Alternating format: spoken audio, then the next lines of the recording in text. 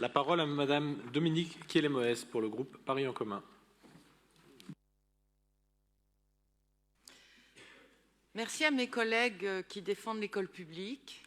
Et j'ai appris avec surprise qu'au rang de ces défenseurs de l'école publique, il y avait Rachida Dati et il y avait Madame Inès de Ragnel, qui intervient quand même très souvent dans ce conseil pour défendre l'établissement Stanislas. Bon, mais on a le droit de changer, hein, on a le droit de changer. En tout cas, nous ne changeons pas, nous défendons l'école publique. Madame la maire, mes chers collègues, depuis quasiment un an, notre majorité se bat pour défendre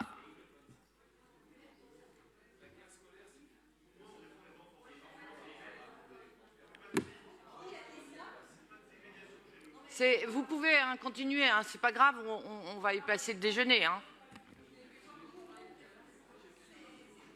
Depuis quasiment un an, notre majorité se bat pour défendre le maintien du régime de décharge d'enseignement des directeurs et directrices des écoles publiques parisiennes, menacés suite à un rapport de la Cour des comptes. Comme cela a été rappelé à Paris, les directeurs et directrices d'école bénéficient d'une décharge complète d'enseignement à partir de 5 classes. Rappelons que ce régime existe dans la capitale depuis plus de 40 ans et qu'il répond à une situation particulière, à un maillage d'écoles qui garantit que chacun a une école proche de son domicile, à un bâti qui permet difficilement d'atteindre les 12 classes nécessaires pour le régime de droit commun. Défendre ce régime de décharge spécifique, ce n'est pas défendre un avantage statutaire, c'est défendre l'école publique, laïque, gratuite, obligatoire. C'est dans notre pays une institution majeure, essentielle. L'école publique est un pilier de la République. L'école publique a pour mission d'accueillir tous les enfants et de leur permettre de devenir des citoyennes et des citoyens libres et instruits en s'émancipant de tous les déterminismes. Et l'école publique va mal, ne tenant que grâce à l'engagement des enseignants et des directeurs. Les directrices et directeurs des écoles publiques parisiennes sont en première ligne.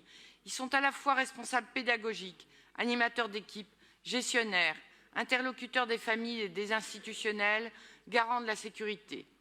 Année après année, leurs responsabilités deviennent de plus en plus lourdes sans que leur statut ne change. Un récent rapport de la Cour des comptes publié en mai dernier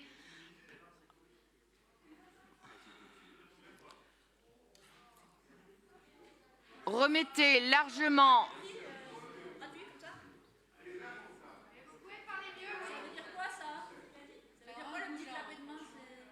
Madame Kielemoes, vous pouvez poursuivre votre propos. Et je demanderai donc aux personnes présentes dans cet hémicycle de ne pas perturber J'aimerais bien que les discours des uns et des autres. Merci. Respectent on a écouté avec respect ou l'oratrice. On a écouté avec respect jusqu'à présent toutes les oratrices et orateurs, et donc je demande qu'il en soit de même avec Madame Kielemoes. Ça doit être la fin, je pense.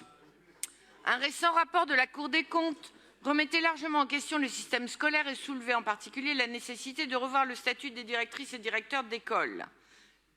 Dans ce contexte, défendre le régime de décharge d'enseignement des directrices et directeurs des écoles parisiennes, c'est envoyer un signal fort à des personnels déjà éprouvés et reconnaître leur rôle essentiel. C'est bien notre majorité qui défend depuis plusieurs mois et qui défend la communauté éducative. Ce qui est soumis aujourd'hui à notre examen à travers cette délibération, c'est le rétablissement d'un cadre juridique qui permettra de maintenir et de pérenniser ce régime de décharge d'enseignement spécifique à Paris.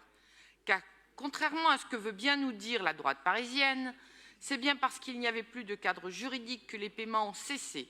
Avec le vote de cette délibération, nous marquons notre souhait d'aboutir vite à un accord avec le gouvernement sur la signature de cette convention et nous permettrons à celle-ci d'être signée le plus tôt possible. C'est un pas essentiel pour l'école publique et pour celles et pour ceux qui la font vivre au quotidien. Je vous remercie.